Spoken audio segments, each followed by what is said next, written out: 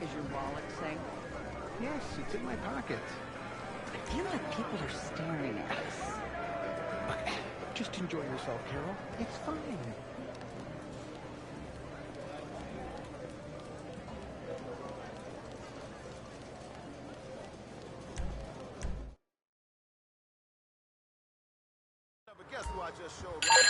Okay. Had a pretty shitty weekend, actually. No, you fucking idiot. Listen up. The lads I was supposed to go to the beach, but...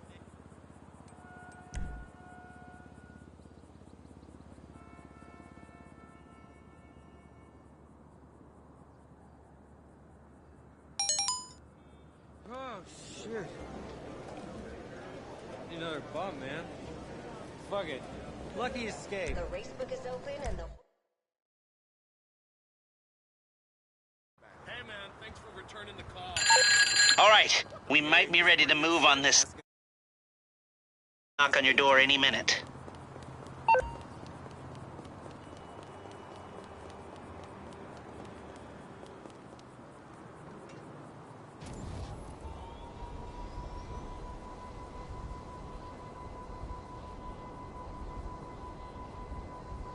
What you're saying is it's better to get a cat in the winter? Yeah. Yeah, that's fine. I'll get one in like September. Yeah, a Christmas cat. Yeah, before Christmas. Yeah. Okay, are you ready to play like a bridge over cuddled water? Yeah. Lou looks so really serious. Studious. Yeah, you look. Before we start playing record, she looked. My first podcast, I tried to study for it, but I couldn't. I listened to it anyway, but I listened to a few more episodes. Yeah. And then I was like, yeah, you can't really. No, you can't prepare for this. No. Okay, here we go. It's a cuddle, cuddle. Oh, it doesn't sound like the song.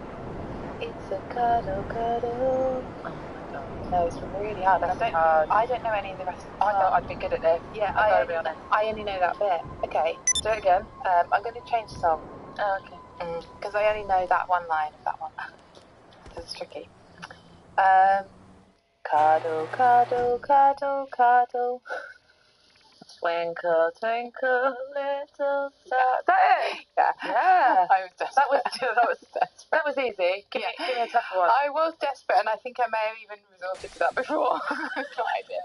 Can you do one? Cuddle, cuddle, cuddle, cuddle. Come, chameleon. Cuddle, cuddle, cuddle, cuddle. Cuddle, cuddle, cuddle, cuddle. Cuddle, cuddle, cuddle. Do. I sort of know it, but I'm very bad with names. Faces, song titles, tunes. You only know Twinkle Twinkle at the start. Yeah, so it's my big repertoire. Do one more. Cuddle, cuddle, cuddle, cuddle. Cuddle, cuddle, cuddle, cuddle. Cuddle, cuddle, cuddle, cuddle. Cuddle, cuddle, cuddle. Don't blame the sunshine. Yeah, I do know it now. You say the actual lyrics. It's really hard. Jacko? Yeah, we can't. You can't listen to that guy. We can't. Oh yeah, no, don't worry about that. It's just a case of me coming round and cuddling you and hello. Have you got any health complaints? Because I can look them up for you in my medical journal. Oh, I'm a digestive nightmare. Are you? Yeah, big time. We talked about this, I think, didn't we? Oh yeah, I just get really painful stomach. Well, do they know what it is? Well, they've tried to pop me up with IBS, but I'm not having it. You don't want to be IBS? Well, it's like could I have a sexier disease? Sexier. Celery in the morning on an empty stomach every single day, and give up gluten, wheat and dairy. It's as simple as that. I've given up gluten. I've been told to give up gluten. Yeah, it's really bad for you. And has it made a difference? It has actually. Yeah. It's helping me. And because even if it is anything like IBS, you just got to give up that and dairy anyway. Boring as hell. Do you have celery every morning? No. God no, just recommend it to everyone else. No, I do actually. If I've got an issue, I'll do it for a month and then stop. And it works? Yeah, I feel great. Okay, my eyes get whiter. Can you tell me? Digestion isn't there, weirdly. How do you spell it? D-I-G?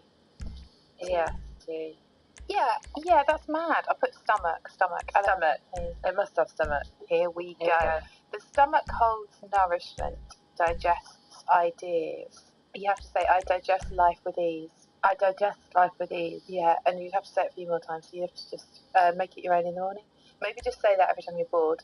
And then stomach problems, gastritis, heartburn, hepatic ulcer, etc. Dread, fear of the new, inability to assimilate the new. She's put her hand up. Okay. Is that a problem? I hate change. Yeah.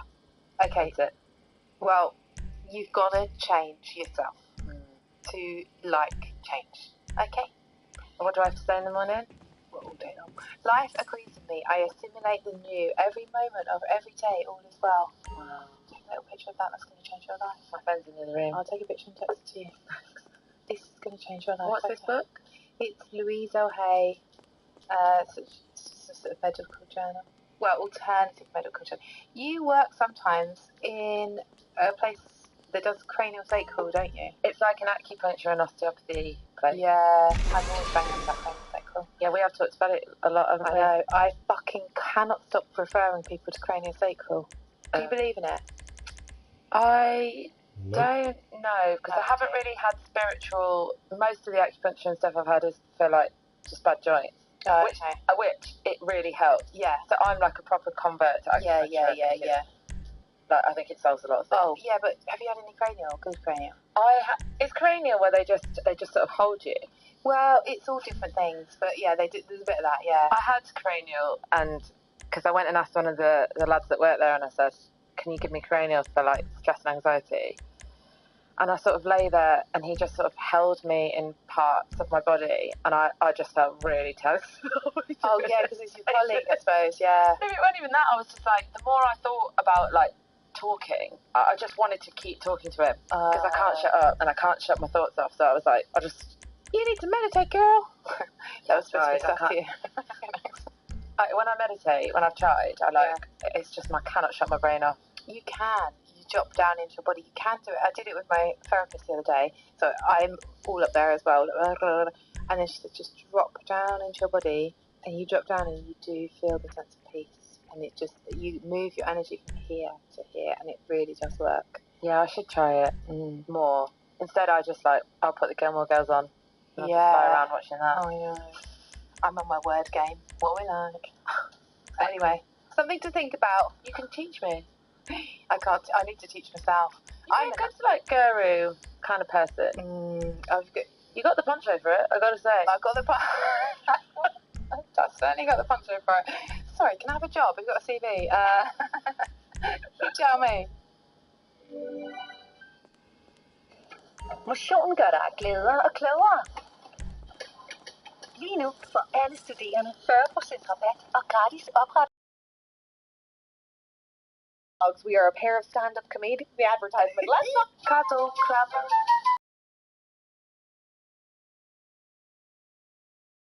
I think that's enough. Are you romantic, please? Not really. Really? I don't think I am. No, I'm nice. But I'm not like... Well, we're not like staring into each other's eyes every...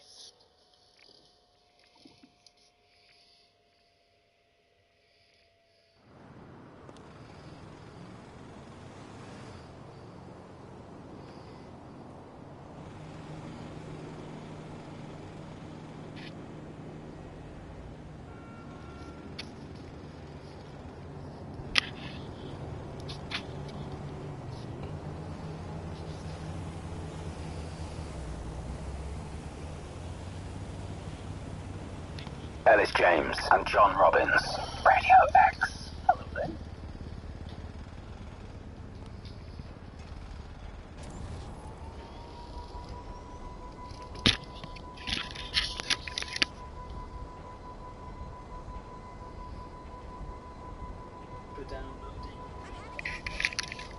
Now seems the 5 bonus podcasts. Forest of Pain and Chips? It's usually chips. Pain and chips. Shillings. Pain and shillings. I like that. Forest of Pain and Shillings. Hi, thank you for downloading the 4th in our series of 5 bonus podcasts. Ellis James and John Robbins. We're sitting in for Johnny Vaughan all week as he's on holiday. So it's a lot of fun today, really fun show. John is off to gigs and he's not here. Well, he's here in spirit. Actually, he's here. He's just meant to be, but he looks very pensive.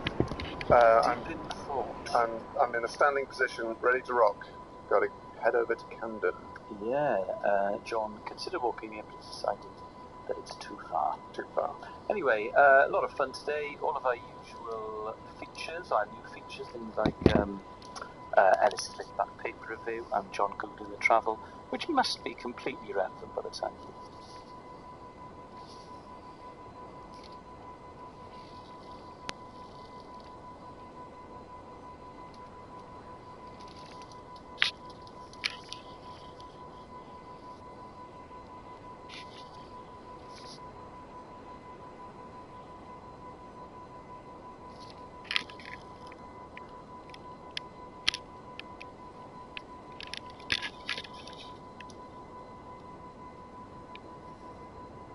Entrepreneurs used to providing motorists with light relief. I, Robbins, am a 50% stakeholder in one of the A1's last independent petrol stations, and to my left is owner-operator of A1 Adult Stores Limited, stocking a wide range of magazines, DVDs and novelty items, is Mr. Ellis James. Good afternoon, John. How are you doing, mate? I'm all the better after that introduction. You made it here in quick time from Peterborough. Yes, I did, but you know, when you're hosting Drive, you're allowed to put your foot down. I've seen you out the back, trying to fend off the local youths from your returns box. Yeah. I asked some agent in Birmingham once, who saw that kind of product, whether it was still popular. He went, "Oh mate, it absolutely flies off the shelves. That and milk."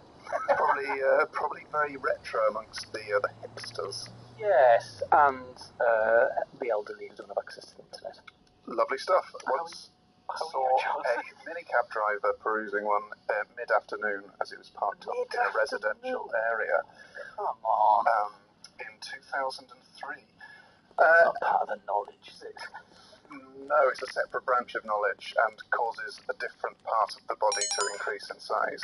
Because, as we know, cab drivers tend to have larger parts of their brain. If you don't know what the knowledge is, it's the test that all London cab drivers are given. They've got to prove that they know every street name in a certain part of London. It's absolutely massive. I mean, it's very, very impressive. Massive it is. Also, an issue of contention because it costs quite a lot of money to learn the knowledge. The books are massive. Yeah. And obviously, other app-based cab co's don't have to fork out that amount. Yes, it's become very redundant with the SatNav and Google Mail, isn't it? Ellis and John covering all the topics from taxi controversy to the availability of old school top shelf mags. How are you doing, El? I'm really good. I'm about 3 days into the tucking your t-shirt in revolution. Oh, in cold weather, it's a game changer. Yeah, and every time I have a wee and I've got to sort of untuck my t-shirt, I laugh as I tuck my t-shirt back in. Out of happiness that you've discovered the system. Out of happiness, yeah, I'm still very much in the honeymoon phase. I'm a committed Definitely. You, it looks bad if you have to take your jumper off. Yeah, you look like you're about to present Top Gear. Yeah, but as long as you've got a jumper on and a coat on, people can't see the t-shirt's tucked in. It's life-changing. It's like closing a window on your body. Yes! I'm going to do it right now. That's Do it, exactly eh? what it is. Dave. Just an excuse to get your abs out. Oh, is that a Reese jumper, Dave? Yeah. It looks like the one Ellis had that I said made him look like a gardener. Yeah. John. Hello. It's also quite a retro thing. I haven't tucked a t-shirt in for about 25 years, but it feels good on bits of your body that often don't get TLC. Well, And also, yes, Dave. sorry, John. No, go ahead. Feel neater. I feel neater. That's the place I feel cold at night, is on the flanks. Are you wearing Flanks and pajama, feet. are you wearing pajama bottoms? Depends on guess. Are you wearing... Oh, well, can you not take your pajama top into pajama bottoms? That's an interesting point, actually. I do that when I do. I've got a sort of a fleecy body throw. Well, it's not mine. I've inherited it. But the sleeves in the fleecy body throw, you put it on and it makes... Where? You don't wear it. It's actually incredibly impractical. It's got armholes, but no other way of attaching it. So it's like wearing a... It's like the barbers, like you wear if you have a haircut. Yes, but with arms in. How are we doing out? No, I don't. I knew someone who used to, and she's left it in our house. And, when I sleep, I tuck my feet into the arms. Like a hospital gown. Exactly like a hospital gown. Your bum, your little bottom's on Like show. an incredibly sad hospital gown. And so I put my feet into the armholes, and that sort of, because they tend to poke out the end of the bed. And then I just read Agatha Christie and lie awake for 2 hours. Naked from the shin up. Yes, naked from the shin up. So I to have to answer the door at 2 in the morning. I look like I just shed a bear's skin. Ellis James and John Robbins. Radio X. There you go, that was Honey Sweet by Blossoms. We've just had confirmation on Twitter that the sad/warm item of nighttime blanket I have is actually technically a slanket, but it's got a bear's face on one end. Thanks for that, Andrew. Back to Blossoms, Radio X Wundermenches. Is that a word? What do I mean, Wunderkind? Yes. Yes, what's a Wundermensch? A wonderful man. Fine. We gave them their first ever airplay. They're Stockport-based. Like producer Dave, did we give you your first ever airplay? You did. We did. Yeah, that's a good point. The first time you ever broadcast was with Radio X. Well, yeah, XFM, which never came Whoa! to Whoa! You're allowed Dave. to say it, it's fine. We were for the first 3 months after we made the brand switch. Dave, is that your second verbal warning in a week? You are hanging by a thread, my boy. Sorry. Honey Sweet is their most recent single. It's our record of the week, and in 2017, Blossoms will play their biggest UK tour to date, as well as headlining the 9,000 clicks, Dave. Yeah. 9,000 capacity Castlefield Bowl in the centre of Manchester, with the special guest, the Coral, in support. I've seen the Coral live a couple of times. Brilliant band. The tour dates are available from radiox.co.uk, but the highlights: London, Bristol, Liverpool, Birmingham, Leeds, and Glasgow, and Manchester. They're playing the O2 Academy in Bristol. If you go there, I suggest having a drink in the Hatchet, which is opposite, which is where I did my first ever gig. Where I did gigs early on as well, and where I had some very tough gigs, where I really questioned myself in the mirror in the gents. And if rumours are to be believed, or legends, the front door is covered with human skin. It was a different time. I mean, it wasn't that bad a gig. And it's a very old pub. It wasn't made in the 60s. No. Right, it was sort of 1640-ish. Yes. X. Ellis James and John Robbins. Radio X. That was Loaded by Primal Scream. You're listening to Radio X. Now, ladies and gentlemen, you may have remembered earlier our slightly risque chat about the popularity of certain mature implements. And utensils. Great word, Ellis. Yeah. And we've actually been contacted by someone who listens to our show, Ellis and my show, Propping Up the Top Shelf Industry. Every Saturday we're on from 1 till 4, and we've had a text in from Robson, and Robson owns a mature... A shop that you would use to awaken certain feelings. Yes, a discovery store. And Robson, we've actually got Robson on the line, Dave? We did. I think Robson's gone. Oh! Robson's bottled it. Robson. Bottled what? Basically, we had someone on the line who worked in an adult shop, and we were going to chat to them, but I think they've had a customer. Dave is signalling to me. Dave's smiling. Hello, Robson. Hello. Now, Sorry about that. that's all right. Obviously, before we begin to drill down into the detail here, we've got to be careful to talk in sort of veiled terms. Yeah. So just to sort of set the scene, you work in an establishment that would stock rhythm magazines. Yes. And Yes. It's very gentleman's entertainment orientated. and ladies' entertainment as well. Yes, there is some ladies' entertainment. Lovely stuff. And Ellis and I are fascinated by these establishments that appear on major A roads opposite Little Chefs. Yes. Is yours a city centre based establishment, or is it on a trunk road? It's the city centre-based one. That makes more sense to me. Absolutely. Because there's one on the A1M on the way to Peterborough. Yeah. And I often wonder who is stopping there and when. So, but city centres, obviously, city centres, they're very diverse places. But catering for people with a plurality of need. Lovely, lovely turn of phrase. So, Robson, what city are you based in? I'm based in Reading. You're based in Reading. And so you play Ellis and my show in the shop? Yep, I do. Does that lead to sales, do you think? An increase in sales? A lot of our customers are very entertained by you guys. Yeah. By our radio, we've not published other. Let me be absolutely clear on this. Ellis and I have, we have merchandise which we sell on tour, but it is all U certificates. Yes, I'm hoping to make the move to BBC One. Yes. I've got to be Okay, we're attempting some discretion here and pretending we're the Postal Service. There is still Got it? a market. Okay, the product's loaded and ready for delivery. Of relief that you offer. Oh, yes, very much. Yeah. I don't know if they haven't heard about the internet or if they just prefer analog, different formats. Because if you're paying cash, there's no transaction history for your partner to stumble upon.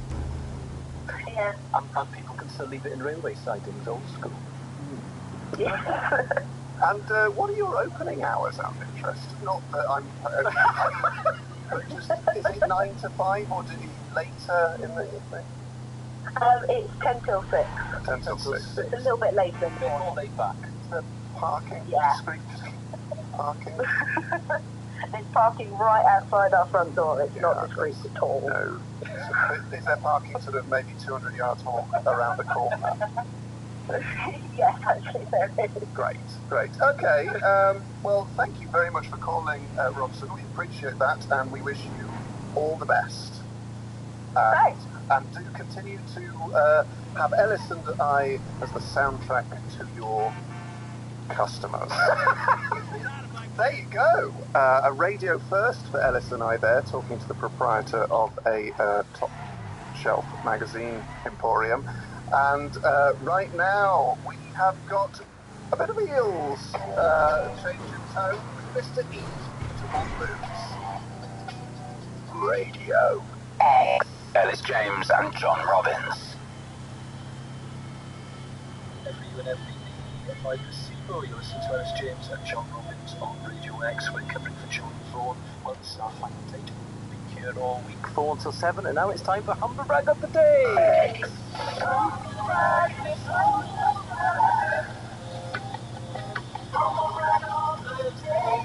Apologies for that, jingle. Though I have enjoyed this tenure so much, I'm quite glad I never have to hear that. Yeah, I think harmony's right. We bit off more than we could chew there. We sound like we're pushing ourselves a bit too far. Yes. But it's still a nice to know your limitations. And our limitations are seeing Humble Brag of the craft. But anyway, right, not a win.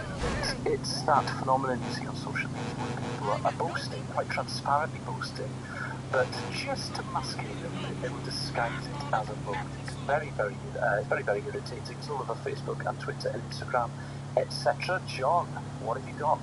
This is from Instagram, and it's a photo of a lady in a red dress, looking over her shoulder back down hashtag filtered street with a sort of coquettish look. Would you say it was a coquettish look, Ellis? I think so, yeah. And I am the master of the coquettish. Yes, you are. And the coquettish noise.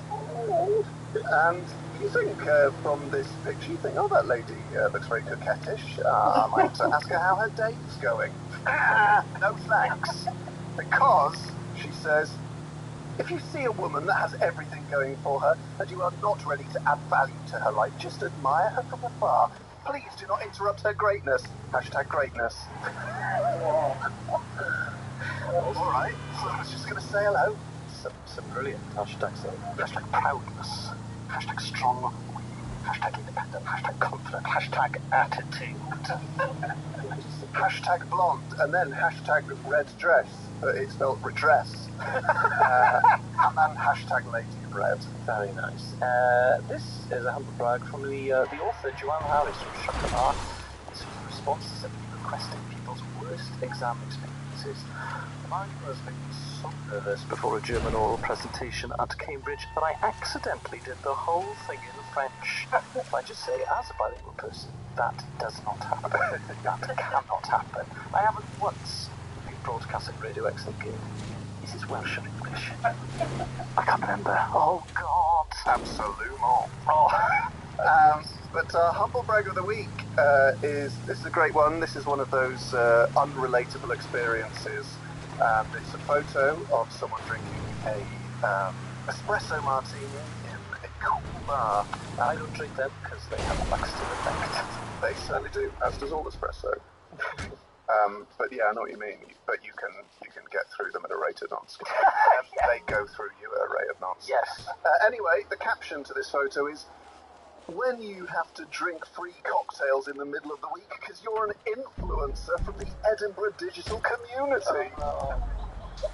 Do you know what? Do you know what, John? I know language has to change, but for the word influencer in that context, I want language to stop. Yeah, I mean, I wanted to stop about 10 minutes ago. no matter how depressing or hard or stressful life could be, at least, Ellis, I will never, ever be an influencer. Ellis James and John Robbins. X. Hi, by acting like you're listening to Ellis James and John Robbins on Radio X. It's been a pleasure and a privilege to stand in for John Vaughan on Drive all week. Obviously, we've been charged with the task of getting home safe and sound. Any commuters out there who are having to cope with Friday evening traffic, fear not, because now it's time for John to go the travel. From the A1 to the M98, John Robbins Googles the travel. That's right, folks, if you've got that Friday commuter feeling, then I'm guessing that feeling is something along the lines of, why are you moving lane this slowly? Why are you changing lane at all? You're the sort of driver that gets us in this mess in the first place. Stay in lane and wait it out. Anyway, we'll start with Britain's two great orbital motorways. First, the M60 to Manchester. It's been a feature of this section every day of the week, and I'm afraid today is at its worst. Probably easier to tell you which of parts of the M60 are clear. So if you imagine the M60 as a head, the scalp from the top of the left ear to the top of the right ear is fine clockwise. So that's from Worsley to Ashton-under-Lyne. The right jowl is clear anti-clock and clock, and so is the left jowl, but Stockport, Old Trafford, Middleton, it's hard to get on or off. So if you're stuck there, you have my sincerest sympathies. Down to the M20, E5, can't shorten it, that's confusing. We've got problems anti-clockwise past Egham and Chertsey, also causing delays on the M3 towards Basingstoke. And, oh dear, coming up, oh yes, there's roadworks and a crash. It's the double just by the QE2 bridge. That is clockwise, and that's leading all the way back to junction with the A127. That is junction 29. So now, away from the orbitals and into the trunk routes. The A1M northbound towards Letchworth Garden City is problematic. And Southampton, what are you doing? There are hold-ups on the M27 eastbound towards Hedge End. We move to East Grinstead. If you're around East Grinny, you're going to be around there longer than you'd like. Because there is an incident around the A22 which is causing problems all the way back up the A264 and the A22. Further west towards Ellis's neck of the woods, I'm afraid whoa, what's going on in Weston-super-Mare? I'm sorry, Wales will have to wait. We've got problems coming into the city centre. Goodness knows what everyone's getting there for this time of year. But yeah, the A370, I'd get out of your car and walk, taking some of the not so fresh air if you're in the city western. The M4 away and towards Newport is at a standstill. I don't know if this is two rival armies meeting in the carriageway, but basically, if you are going eastbound between Cardiff and Newport, you're going to be very, very slow. And if you're coming in past the Celtic Manor Resort westbound, you're also going to have more than enough time to view the host of the previous Ryder Cup. There's also problems in Antwerp, but I'm not getting into that. That's in Holland. And yes, Glasgow is problematic, but Edinburgh, as per, is fine. There you go. John Robbins goes the travel. More of that in, well, oh, never. That's the last one. No, I mean, you could do it tomorrow, an hour afternoon, Saturday afternoon, show, but it'd be a bit quiet. Well, yeah, well, that would make it easier. Also, it would probably make the Sarlaps more interesting. Yes, also, I think Antwerp's in Belgium, not Holland. I think you're probably right there, mate. Just to stop any, to preemptively stop any texts. You're absolutely right. It's on the border, and I apologise profusely. I feel like Antwerp. Does that well, work? you've made up for it with that, so well done. Ellis James and John Robbins. Radio X. Pompeii by Bastille, you're listening to Ellis James and John Robbins on Radio X. Now, I'm looking at John. I've known John for many years. I don't think I've... Have you really? It'll be 12 hours. It's fine. It's not fine, it's tight. It's just the passing of time, John. But, good news. Nothing sadder, I know, than the passing of time.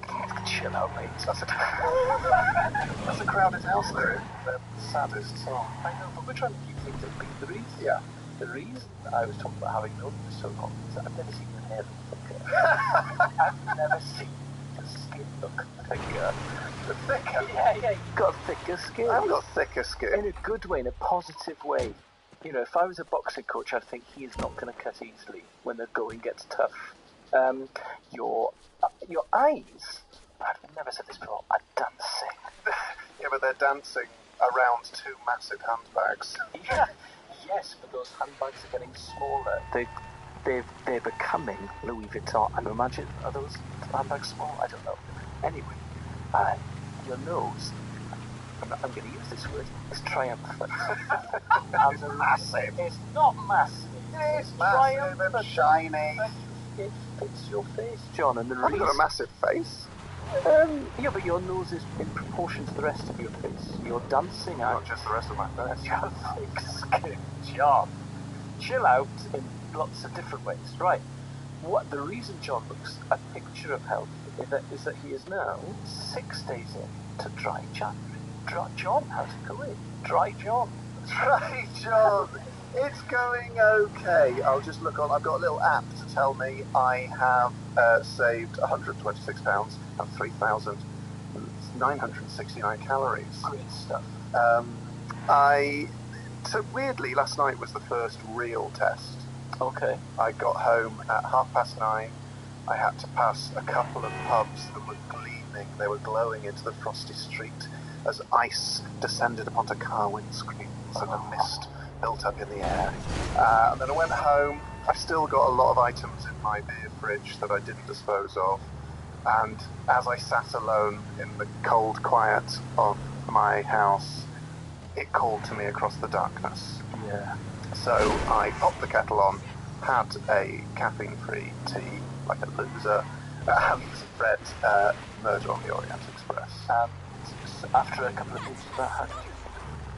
Oh, well, I felt a bit annoyed with Agatha Christie at points because it was becoming too unbelievable, but then you realise why it's become too unbelievable, you think, fair enough. Okay. So I backed down Right, the argument I was having in my head with her. Okay, so you didn't make contact with the Agatha Christie estate? No, I didn't. There's a lovely statue of Agatha Christie right near where we are. It's done in really... Leicester Square? No, just off Leicester Square, past the theatre where Dawn French did her one-woman show. Oh, right up. Opposite the Pret. Sorry, but it's really nice. It's done like a book with a bit cut out. Anyway, that's a side issue. But so last night was the closest I've come to breaking my fast, and I'm slightly concerned that this Sunday, because I'm recording a stand-up show for the BBC, live from the BBC series, which is coming out in spring, your match summer. It's going to look great on television. Well, I'm just wondering if the relief from getting through that is going to all come tumbling down. Well, if you have a pint after doing that, I won't judge you. Yeah, but I'll judge myself incredibly harshly. Yeah, and also then, I never judge you. There have been times when I should have done. Yeah, I can absolutely agree with that. Oh, God. Hey, chill out.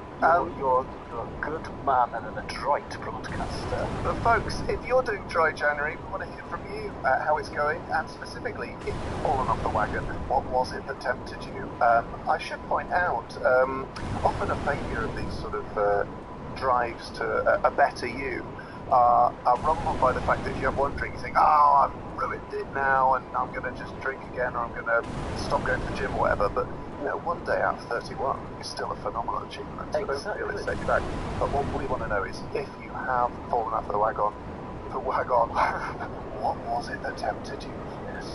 So text on 83936 or tweet at RadioX, and we will discuss the findings and perhaps try and pin down Britain's most tempting booze. Ellis James and John Robbins. Radio X. Kyra, you listen to Ellis James and John Robbins on Radio X. John, of course, is doing Dry January 6 days.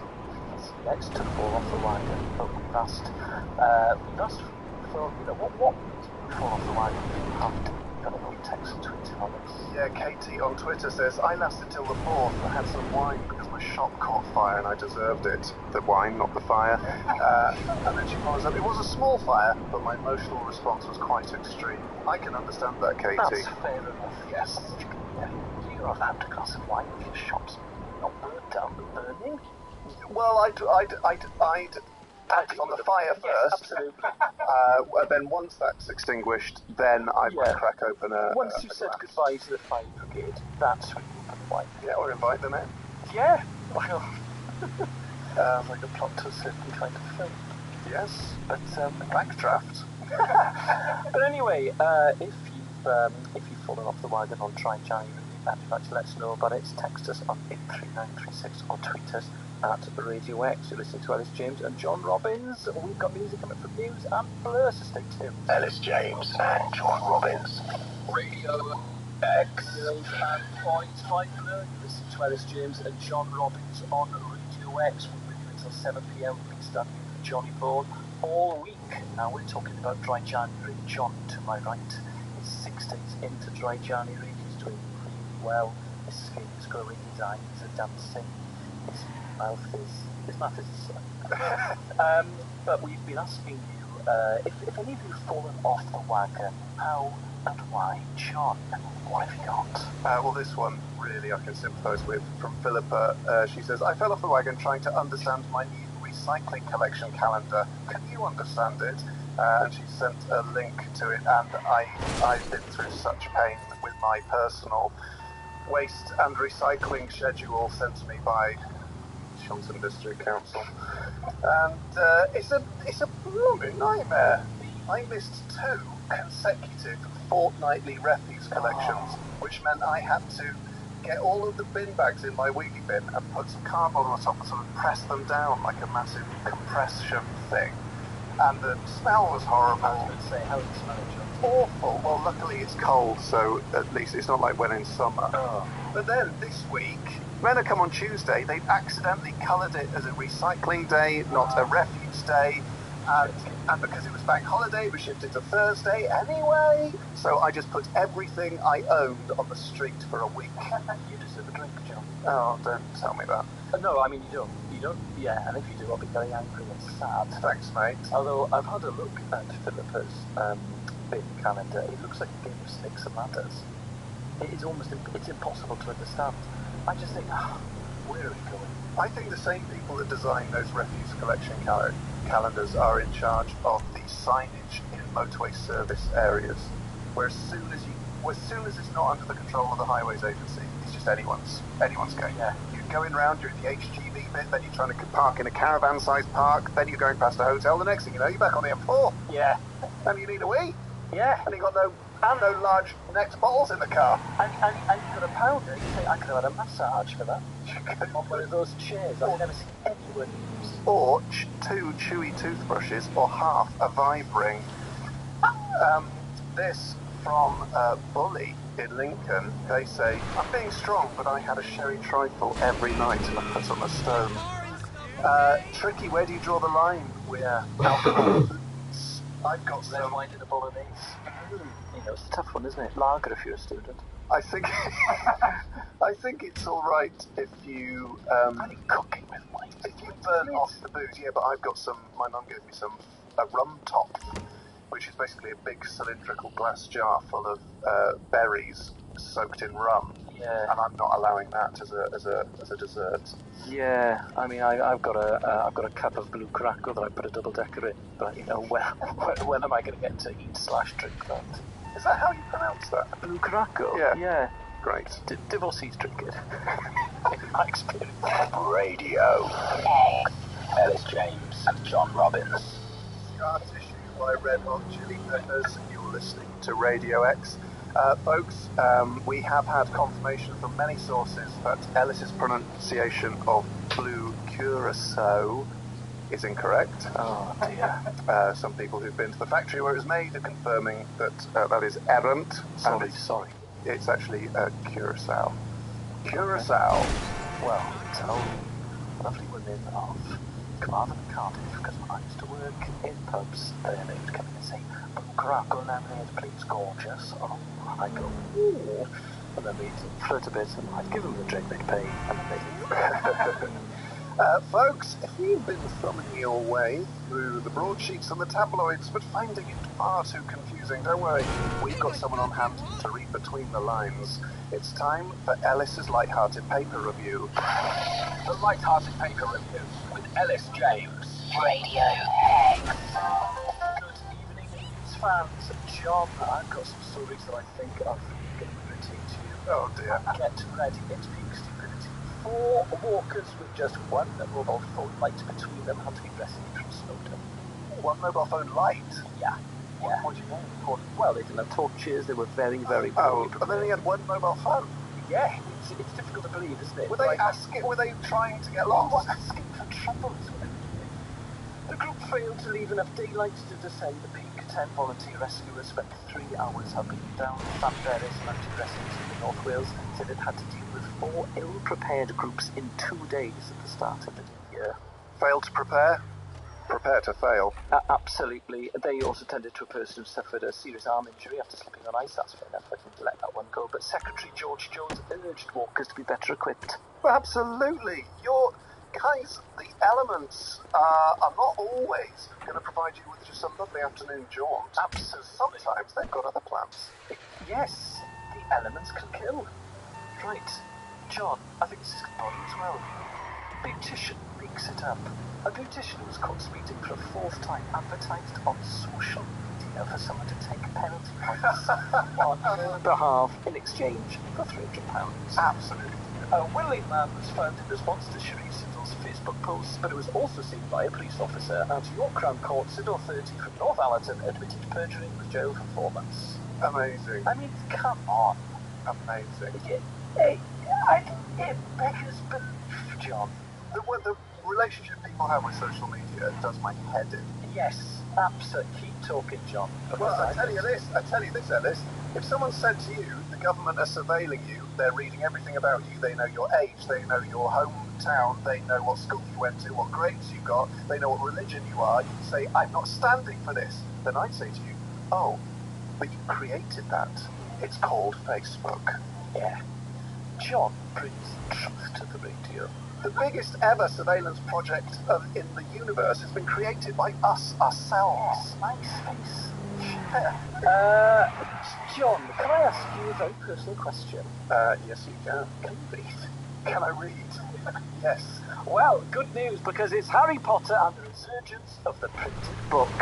Readers spent £1.59 billion of books, an increase of 4.9% on the previous year. It's the second successive year of growth in books sold, and also money spent was spurred on by 2 Harry Potter titles authorised by J.K. Rowling and the body coach Joe Wicks's lifestyle manual in 15. Now, get this. I think, actually, J.K. Rowling should get the Nobel Prize for Literature. If Bob Dylan could get it, she should get it for getting kids reading. I don't care what you think of the books. It's an interesting talking point. Tom Tiverton, the features editor of the Bookseller magazine, said that one reason for the resurgence of physical books was a trend for nostalgia. There's better seems to pay birth. Listen to this. The Enid Blyton parody 5 on Brexit Island has followed the success of the spoof Ladybird books for grown-ups. Now, we are sort of involved with Yes, fun fact, Bruno, who wrote those sort of mature Famous 5 books, based one of the characters on me. Yes, Julia, who's always depressed and hungover. Yes, but that's a fact, actually. That is a fact. And if you want to find out more about that, you can download our podcasts from our Sunday, Saturday afternoon. So well. Oh, what day we've been? Saturday morning, Sunday afternoon, Saturday afternoon. Coming or going? Yes. Tiverton goes on, he said that people born in the digital age like to download or stream music. They regarded reading books as one of the few activities best to away from the screen. Amen. Amen is what I say to that. Oh, yes, yeah. Just a quick light-hearted one to end. A mum invoiced a friend ordering her to pay £325 after her daughter's leather boots were marked with pen while playing at her. It's £300 on a pair of boots. It goes on, John. Sarah Bryan, 28, fired off an angry email when daughter Isabella, who she dresses in designer gear, got home from the afternoon playdate. Now, they've actually got the email. So, Isabella has just come home from her playdate with your child, and I'm disgusted to see her new Italian leather shoes are all scuffed and have a Sharpie mark on them. Below is the bill for these replacing because they cannot be fixed. These are fine Italian leather. It sounds like this. Oh. As a designer, I do not want my child to look anything less than pristine. Oh, that girl's going to have problems when she grows up if that's your attitude. Yes, bill for a replacement pair of Italian fur booties at $325 to be paid by the 1st of Feb 2017 before I take this higher. Where is higher? I don't know. The Supreme Court, Strasbourg. The demand amazed Mum of 3 Nicola 33 who refused to pay. She accused Sarah of having more money than sense over the designer gear her 3-year-old daughter wears, much of it is shipped in from a specialist boutique in Spain. As she goes on, I agree with this. Kids are kids, they get messy, they ruin things. That's life, she needs to get over it. Absolutely. The world's gone mad, Dave. And I think we're all going with it. That was mine. What's that big? The light-hearted paper review with Ellis James. Radio X. Ellis James and John Robbins. Radio X. Fire! Like a Sabian, you're listening to Radio X. It's Ellis James and John Robbins here, standing in for Johnny Vaughan. And we're into the final half hour of our tenure on our final show. And what we've done for this part of the show is we've taken over a feature from our Saturday afternoon slot. It's a regular quiz we do, in which Ellis and I compete over 5 questions to play a track of our choice. We are going to a special edition, so ladies and gentlemen, click, clunk, click. Was that the phrase? I can't remember. Surely it wasn't click twice. Clunk, click. Hold on to your hats. It's time for Winner Plays On Drive Special. That's right, guys. In this special drive edition of the quiz, Dave has written 5 questions to do with driving, each for me and Ellis. We always toss a coin to see who goes first. Yes. And it's clink, click every trip. Yes. From here. Oh. It's not been named. I had a coin ready, John, but you crack on. Yeah, I'll flip my coin, thanks, please, Dave. If I win, my track is from the greatest band ever, Queen, and it's I Want It All single mix, which basically doesn't have May's excellent intro, but still is excellent. Ellis, what have you got? It will be Slide Away by Oasis, which Dave thinks is one of the best songs they ever did. Yes, it's true. Which I think is a big call. We had lyrics from it embroidered under his collar on his wedding suit. Dave likes Have you still got that suit, or is it a hire? No, I got it. Alright, you didn't hire it and then stitch it in. No, they stitched it in for me. Oh. Okay, so Ellis, heads or tails? Tails for Wales, please. It's Queens for Queen for me. And it is tails for Wales. Right, I'd like to go first, please. Oh, Lord. Dave, do you know who's getting what set of questions? Yeah, I'm just going to give Alice the top set, so... Are we ready? What if I can answer this but not mine? Don't shout out. 5 questions on all things drive, starting... now. The Spirit of Ecstasy or the Silver Lady is synonymous with which make of car? Austin. Allegro. No. Can I answer, Dave? Go on then. Rolls Royce. It's the Rolls Royce. It's a wrong answer, Alice. What does ABS stand for? Brakes. I don't know. Anti-lock braking system. John's right, but it was Alice's question. Alice is wrong. On which motorway would you find sandbag services? The M6. Yes, well done, Al. What colour is the arrow on a UK one-way sign? It's white on blue. Okay. Yes, well done. What was the UK's best-selling car of 2016? I need the make and the model. The Ford Focus. Volkswagen Golf. What do you think it is, John? Is it the Volkswagen Golf? No. What is it? Great reaction. That was in the top 5. It's the Ford Fiesta. I'm going to give you half a point. No, you're not. You said I need the make and model. Okay, say it's half a point for each. Al, I've been overruled even though it's my quiz, and you've got that wrong. Listen, this can get quite tense on Saturdays. Are you ready, John? Yeah, ready as I'll ever be. 5 questions on all things drive. I'm so excited. The Nissan Motor Company Limited was founded in which country? Japan. Yes. What were the colours of the 3 minis that featured in the original Italian job film? Red, white, blue. Yes. In the film Dry, which actress played Ryan Gosling's love interest? Leslie Joseph. She's so good in it. Amy Adams? Kerry Mulligan. From start to finish, which 2 cities does the M1 connect? I know. London to Leeds. Yes, you're right. And final question, what is the speed limit on a single carriageway? Are there street lamps? It doesn't matter, so Is it an urban area? no, it's a single carriageway. No street lamps. Dave, that's a really vague question because a single carriageway can pass a school. Can it? Yeah. That's the wrong answer. 60. Yes. I just googled it, so sorry that was a bit vague. Anyway, John won 4-2, so guys, let me talk through this. The year is 1989. Queen have retired from the live circuit due to Freddie Mercury's illness and have gone to the recording studio. They've decided, in order to solve tensions within the band, all songs are going to be authored by Queen, not by individual band members.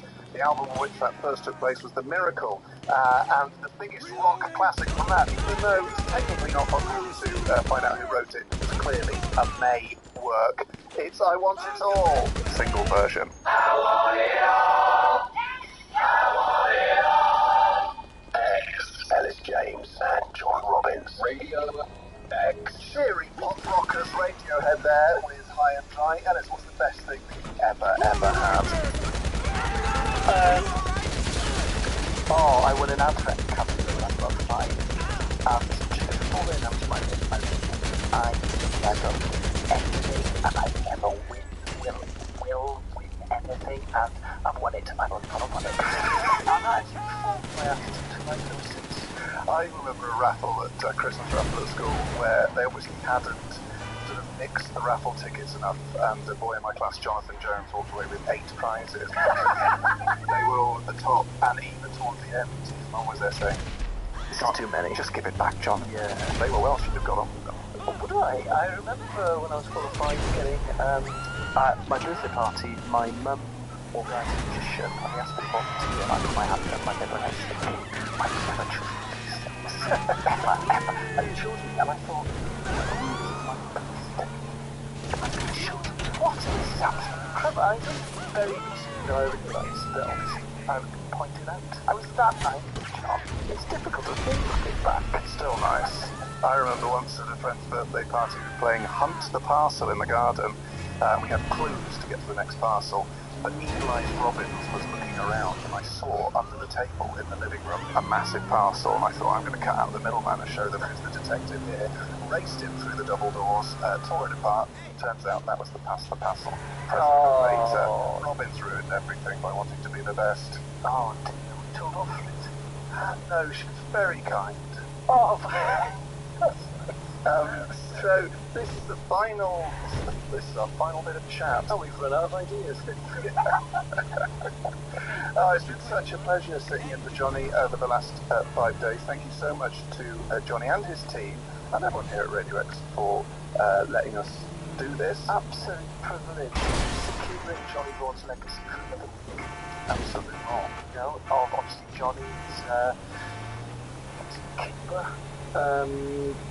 Stocking up on cigars before Trump hits them with horrific trade restrictions. Yes, so, you know, hopefully, I don't know if you can listen from Havana, but still, hopefully, they're proud to come.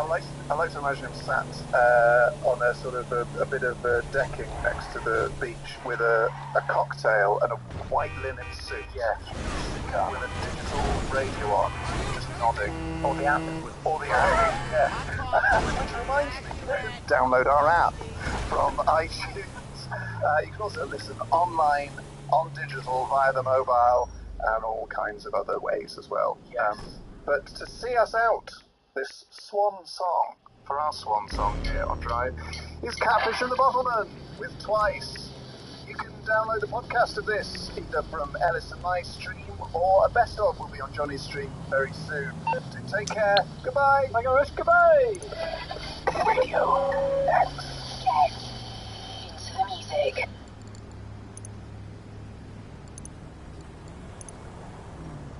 Ellis James and John Robbins. Radio X. Oi, oi. Hello, everyone. Welcome to podcast number 151. 151? 6. That doesn't count all the bonuses, though. No. That's 151 wins. We had a very, very boring conversation about whether it should count that, unbeknownst to us, went out on air. Have you heard that yet? You don't have to be a government or a corporation to enjoy the... Oh, yeah. From top brass, when they explained to everyone why Dave was on this last morning. When Dave dropped a clanger, we had a special meeting. Yeah, we've nearly done 3 years. It'll be in 3 years in Feb. For taxes? Yeah. What are we going to do? I don't know. Go out for a nice meal? Yeah, what a lovely idea. Yeah, let's do that. These headphones aren't working. Is that any better? No, it's the connection. There you are. Donald ducked. So bold, but that's better. Change my headphone. Loads of emails, folks. You know, a mixture of people having good times, bad times over Christmas. All Christmases are valid. Yes. That reminds me of something that happened to me over Christmas. I think it's quite funny. A family member, shall we say, who really loves music, particularly country music.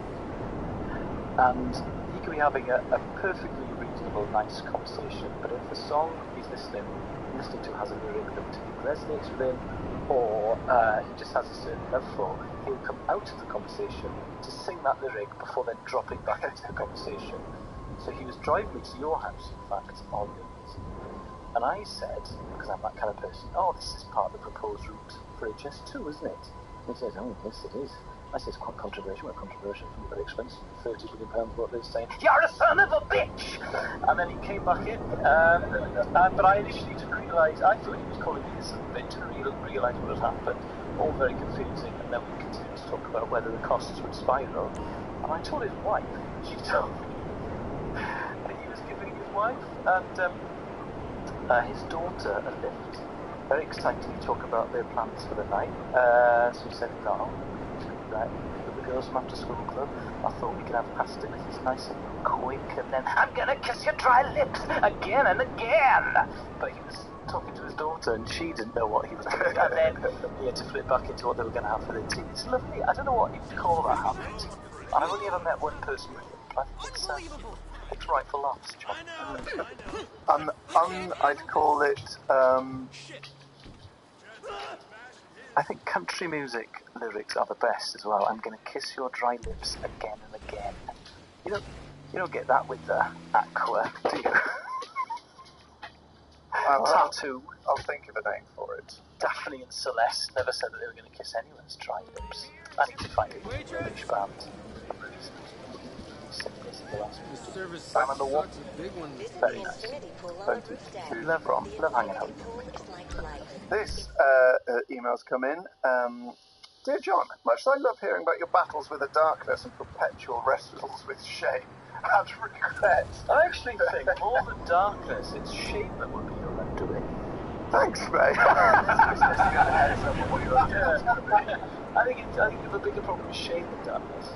Shame and guilt. I've been fortunate to generally avoid these in my own psyche until this morning, when the usual post-revelry mild paranoia escalated into fully blown self-loathing. I found myself drawing from the well of shame and drinking from the fountain of regret. Which is doing emails, Dave. John's manifesto. I can only express my profound gratitude to the coping strategy you've described from time to time, namely screaming obscenities at yourself in the bathroom mirror until the moment, thankfully, has passed. I like to think that my brief flirtation with a plague of self-doubt will increase my empathy for your rages and the PCD experience. Thanks for Barnes. Absolute pleasure, mate. Absolute pleasure. I watched you screamed for once, and it really made me laugh because one of the things you said that I wouldn't have expected was, it's you, always you. I think that classic Robbins. Where everywhere I turn, handsome face does stalk me. This is from another listener who had a tricky Christmas. Some of us did have tricky Christmases, and I think it's very hard over Christmas because there's no sort of, there's no average to negative portrayals of Christmas in the media. Yes. So if you're having a difficult Christmas, it can make you feel a lot more isolated. Like you know the idents that you see have Christmas. Yeah. And it would be a number 2 covered in snow and from the tree and all that sort of stuff. It should be a family arguing from the telly. There's no one unwrapping a present going, I told you I didn't want this. Yeah. Or immediately, and then they're just being silent. Or I've got one of these. No, I've got one of these. Yeah. Why do you never listen to what I've got? Well, if you don't tell me what you want, how am I going to know? Because you know me and you're my mum? All right, we'll have turkey then, because your mother always gets what she wants. That sort of thing. You never see that. No. Anyway, hello, John and Ellis. I wanted to send an email on the subject of darkness, if that's okay. I unfortunately have succumbed somewhat to the darkness. I'm spending my Christmas in a psychiatric ward. Your podcasts do keep me going, and while I do have good friends, you guys feel like 2 extra ones I can depend on for support. I suppose my silver lining, #everycloud, is that the visiting hours are good and the nurses here are nice. I'm a big fan of the NHS, so a big shout out to them for working so hard, and to my wife, Alice, who's holding up exceptionally well. Hey, hope you're feeling better, man. Yes. Best of luck. A very difficult time of the year to be ill. However, easier in terms of work. Yes, that's true. You've got so many bank holidays to play with. Also, you're not alone. It happens to so many people. And I think lots of people feel that it's a sort of a minority situation.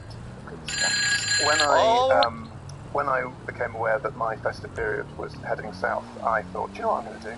I'm going to volunteer. I'm going to volunteer and give my Christmas to those who need it most. And I looked into it, and it seems quite hard. So I just stayed at home. So, massive shout out to all the people who aren't as pathetic as me and who do volunteer at Christmas, because I did just think, do you know what I thought of when I was Googling the websites? I thought people are going to be really pleased with me for volunteering, giving up my time. I think I sort of wanted a medal for it, and that is the wrong attitude to take. You were entering humblebrag territory, I suppose. Yes, yeah, I was actually. Have you done an irritated Facebook status about it? Yes. But still, I mean, the charity volunteers. They do, but I sort of thought it was going to be like, you are the best person in the world for volunteering on Christmas. Could have turned up at a night shelter or a homeless hostel. And what you'd be expecting was, it's partly the winter crisis thing. It's not. No, it can't be. It wouldn't be hit. Oh my God, it's him! It's commercial digital indie radio's John Robbins from the coveted Saturday 1 until 4 slot. Someone call the press. Someone call the UN. So that didn't happen. Could have been nice though. Could have been great. Always next to you, John. Yeah, went for a walk instead. Ellis, you want to read that one on page 10? Yes, got it here. Dear Alice and John, where to start? I'm a PCD and a Retro 135. I'm from Bristol, but been living in Gothenburg, Sweden since 1979. I'm on email. You have to be on email. It's been an experience listening to your podcast. You'll get the references I recognise. Yes. Thanks, Yes. Yes. Okay. Now this is a bit, I think I'm bridge with. The whole condensing of the 3 years of your lives into 3 months makes me feel like Doctor Who with my own private TARDIS. It's obvious from the beginning that John was made for radio, embarrassing, and that Ellis has, over the years, got over his shyness, open brackets, all for John. It wasn't all in awe of John. In the room. It wasn't in awe of John, I was in love with John. 2 different things. And he's become a formidable broadcaster. Ellis may not be the king of puns, as John is, but surely... I love this email. He's the master of synonym swearing. Thanks, mate. Thanks, Ian. One last thing. In podcast 132, you discussed Welsh and mentioned that you toyed with the idea of John learning Welsh. Honestly, guys, this is a must. I couldn't believe it. John is a challenge. You start starting a challenge for a bit. Yes, I love getting obsessed with the idea of a challenge, then sort of attempting it, and then just things being normal. Yeah, you're so enthusiastic up until lesson 3, and then you take off. You love your Welsh from Mr. Ramadan, and you've had so many stabs to try to impress Ellis with your Welsh pronunciation. Ellis, give John a break. He's not mocking you with his pronunciation. Yes, he is. But he's actually trying to impress you. Now, John. Oh, just joined the Facebook page, and Ellis, I was welcomed by your mother. She was the emoji of falling hammer. Wow. Now I know we make themselves swimming. I thought that was a lovely sentiment to end on there. Very nice, John. Very Welsh. Absolutely not. It would be of no use. It would only be used to be on this show for maybe 1 sentence a week and never else. Good enough. I guess I could read Gorky's liner notes. Yes, could read lots of Welsh poetry.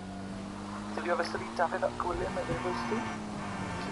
Because he was a medieval thing. He has trouble to speak hallowed to Oxford University. Well, I read, I used to live next door to an academic, and he wrote the book on David Gwilym. Apparently, some of the rhyme he was using 1500s things that he studied alongside people like Chaucer was baked on the Welsh / European poetry.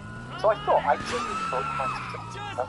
That's fine. That's fine. Dear Alice and John, I'm quite new to your podcast thing, and I'm wondering, I'm working through the back catalogue in a steady tradesman-like way for a good chats. I have a question for you both. What would you name as your favourite debut albums? Good question. That's from Andrew. He suggested Boy and Guns N' Roses Appetite for Destruction. What do you reckon, Al?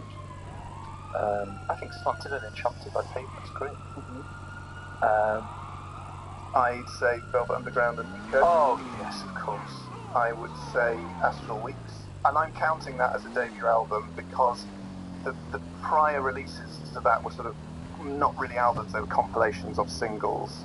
TV Sheets is... The Smiths. I wouldn't count. Yeah, great show. The Smiths album. The Strokes. I really like Echo the Bunnymen. Their first album was Crocodiles, was it? That's a good album. I'm trying to think. Oh, this is a hard question to be sprung on. To have a hard question to have sprung on. No. I mean, you've had access to this question for quite a while. Yes, but you know you're going to do this. Oh, You've got 20 pages of emails, John. We have. Take that pie. No, Dave. I'll make your mind up. So, what else? Oh, the band. So, music from Big Pink. Now that's what I call Music 1. Yes! Yeah, I mean, in terms of setting yourself a legacy. Absolutely. Someone's asked me to name my favourite Larkin poems. All I would say is, because his output was relatively small, just get the yellow cover 80s edition of the collected poems, The Faber and Faber One, which contains Love Again, which is taken out of the green covered reissue. I think the old one's the best. You can get it on eBay. They're all great. Well, it'll be about 50 pence as well. Yeah. Sad Steps, High Windows, All Barred, The Whitsun Weddings, and loads and loads of others. Oh, Deceptions, which is a very tricky poem. plenty to enjoy there. And just a quick note to say thank you so much to the people who sent in Christmas cards and a couple of gifts. John Waghorn, especially, the engraved tankards caused great merriment in the mead hall. And Waghorn went above and beyond. Absolument. Waggers, thank you very much. Thanks, Waggers. We will be quaffing from those whenever we want to, because we're all over 18. Yes. Thank you for downloading the podcast, Waggers. We're big fans of yours. Cheers, mate. Cheers, Waggers. Ta-ra. Bye. Alice James and John Robbins. Radio X. That was Common People with Pulp. It's Radio X, and it's time to go absolutely crazy. Sorry, I'm slightly delayed getting into my broadcasting position due to having to transport 2 tea bags from my mug into the general waste bin. But now I'm ready to rock. I am John Robbins, and to my left is a man who this week has led calls for Wales to have its own atomic clock, claiming it would bring much-needed jobs to the Rhondda Valley and standardised time across the region. Currently, the western town of Haverfordwest is 14 minutes behind Cardiff, and Anglesey is as much as 2 months out of sync with Newport. Certainly in terms of fashion. Mr. Ellis James. I think it needs doing, John. Yeah. I've been banging the drum about this. Well, since I was 13. England has been on railway time since the 1850s. Yeah, I've always been very jealous of Greenwich Mean Time, so I think Llandyssilio Mean Time could be the next big thing in the Welsh economy. There is a huge sundial right in the middle of Wales, isn't there, which they use to... Yeah, I put it up there. You did. But due to the holidays. Due to the weather, only actually works 4 days out of the year. Yes, I didn't think of that. But, I was working alone. I wasn't getting advice from anyone. And at the end of the day, when you're 13 and you're bored during the summer holidays, mistakes are going to get made. Absolutely. How are you, John? Very chilled. This is our first live show back since before Christmas. The last time we broadcasted live on a Saturday, it was the dark, dark days of 2016. But now we're in the light, the wonderful promise and hope that 2017 offers us. But we've also just come back for our week covering Mr. Johnny Vaughan on Drive. Yeah, custodians of Vaughan the show, keepers of the Vaughan flame. And I think we brought... protectors of his legacy. We brought our own vibe to the 4 till 7 thing. And it certainly gave me a much-needed pep in the arm. Yeah, it became far more of a drive show.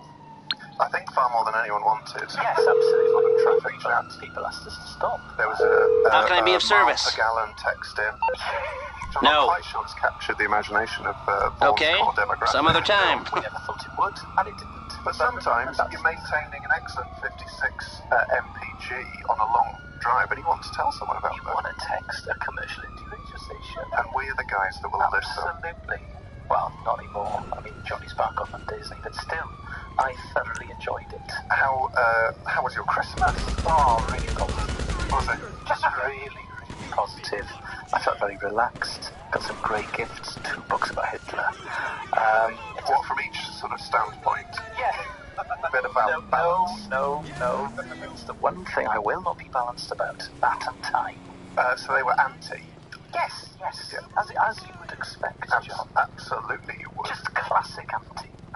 But how was your Christmas? It's one of the very few issues the BBC doesn't insist on balance. Yeah, it's yeah, it's. I think that's pretty clear cut. Yes. But how are you, John? Awful. However, my Christmas was slightly less fun than Ellis's, though we did spend New Year's Eve together. Yes, we did. Which brings me to my first item on the agenda. I have been targeted by, and I think I can say this, Dave, Twitter lady porn bots. Yeah? Yes, that's accurate. Yes. I think. I mean, that's what they are. We've all had them. We've all had them. We've all sort of hovered over the links that they proffer. We've all thought, they're going to end up with my credit card details and sort of extort me. Or is it, and part of 1% of your brain thinks, well, about time a lovely lady took notice.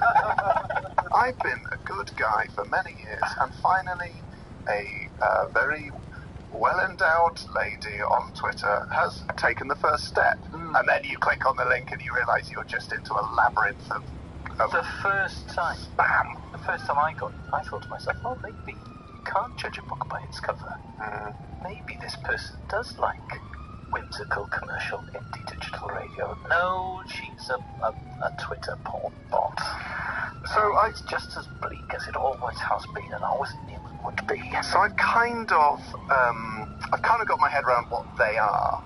Yeah. And they are sort of like algorithm-based spam bots that somehow search out keywords in different tweets and then hijack those tweets either by favoriting, retweeting them, or recently quoting them in tweets. Yes, words like lump, bump. Yes. Smooth, motion. They tantalise. So I've had one where I quoted the end of Philip Larkin's poem Sad Steps, classic Brand Robbins. Yeah. And that's a sexy poem. That poem ends a reminder of the strength and pain of being young, but it can't come again, but it's for others, undiminished somewhere. Right, yeah. Right. And that's been retweeted by Laura Babcock. Right, get this, is her Twitter @name, @ZPVOFK6IH, capital 6HR, capital WLY. Well, all the Laura Babcocks have been taken, haven't they? And she goes, someone wants to chat with me? Go to the link. And then it's a link to a Google chat. But today I woke up and me and Ellis sent a very lovely photo from New Year's saying, Happy New Year to all from Hammer HQ. Obviously the word hammer has shown up in the algorithm and I can't actually read out what @9APVZZN6RYQMU1E said, but she retweets it saying, someone bleep a bleep, please. Let's have a chat. Let's have a chat? What are they doing? Chanting over a garden fence. Just go away. Leave everyone alone. Ellis James and John Robbins. Radio X. From Signal, the Timber Trap, Catfish, and the Bottleneck. If you'd like to get in touch with us, you can tweet us at Radio X or text us on 83936. We've got a couple in already. I've just had to look you two up online. Why do your faces not match your voices? I thought you were two old blokes. Random from Michelle. Thanks, Michelle. Dave. Oh, Dave, get that mic on, mate. Sorry. That's Masterman. Lordy, we are relatively old. Time has not overlooked us in its unending trawl. No, true. I mean, I think of the elderly as people over the age of 70. I think I sound like I'm over 70. No, but I think... You're listening to Radio X, yeah. I mean, you're in your late 30s, aren't you? Mid-30s. Well, you're over the halfway point, mate. 6 is in the middle, yeah. I'm in my early 30s. What, 34? Yeah, 34 for 5 more sweet months. I'm going to...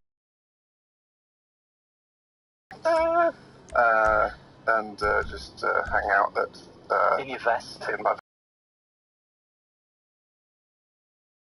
my idea of hell. I know, but I'd love to see you do it. Oh my god, that would entertain me. In fact, if a TV company could put you on a club 18 to 34 holiday to Ibiza, but you've got to get involved. You've got to do all that. I'll bring down the mood while they're all sort of chanting and snogging on the bus at the back. I'm just going, the strength and pain of being young that can't come again. Exactly, that's why it would be such good telly, John, because you can't have fun. Don't know how to apart from in your own unique way. There'll be more of this downbeat chat until 4 p.m. Stay tuned to Ellis James and John Robbins on Radio X. Ellis James and John Robbins. Radio X. Balls. Some Radio X.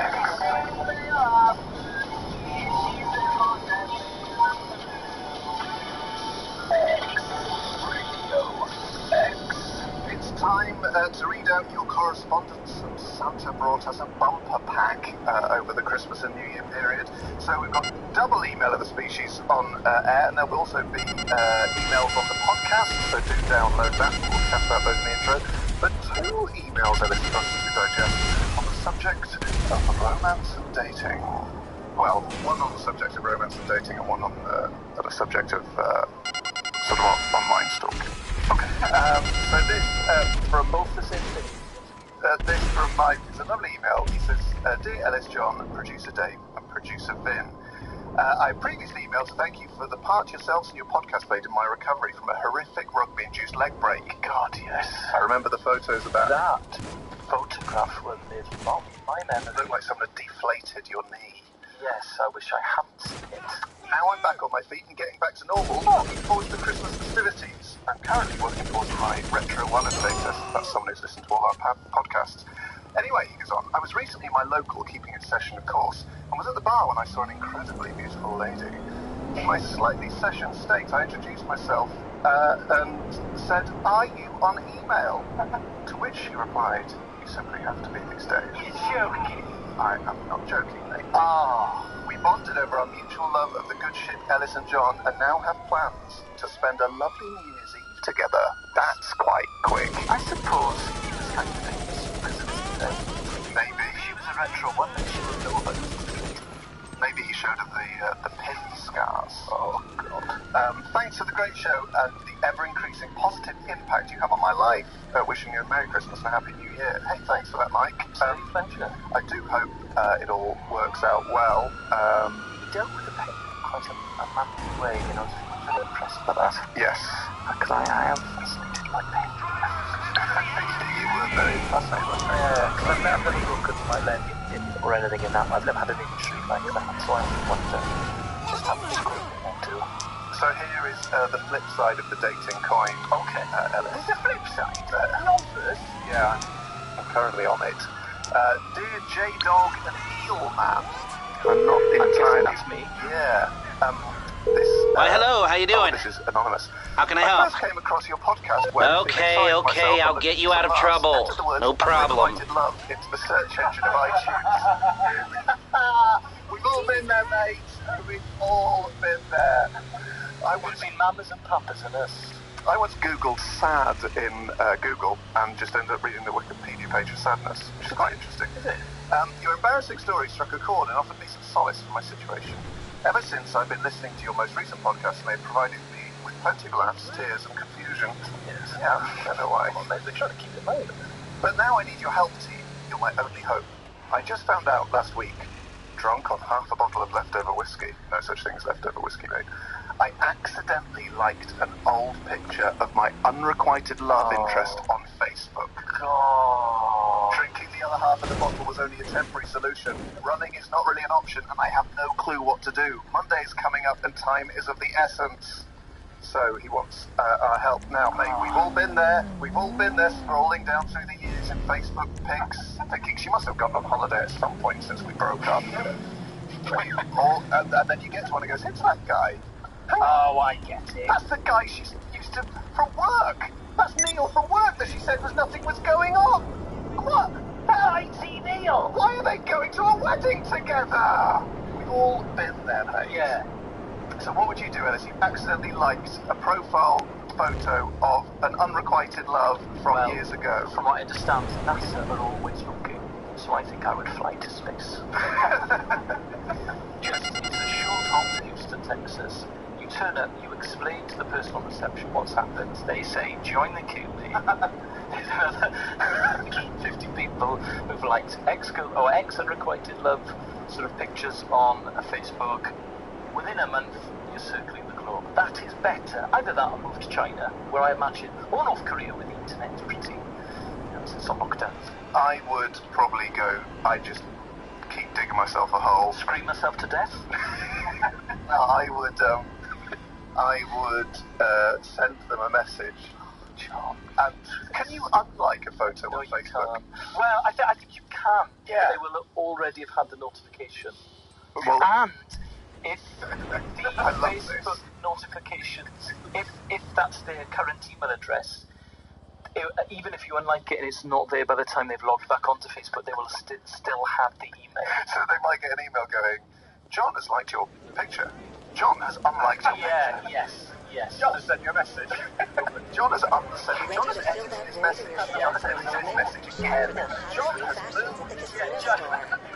John has deleted his Facebook profile. And then you read underneath, man drowns in own tears. is I would send a message going, sorry for a random message, but your photo popped on my feed and I liked it without thinking, but I had a dream about you last night, weirdest thing, and I can't really say any more, but things got pretty... I'm up to my knees in tears. No, I wouldn't add that. Knee deep in sorrow. I'd go for the classic fake dream that got saucy but not giving details message. What do you mean classy? You've been out of the game for too long, Ellis. I have been. Had a dream about you last night, random. No one's ever had that dream. No. That's just no. If you're trying to start a conversation with someone you've got no reason to speak about, yes. often people go, come on, weirdest thing.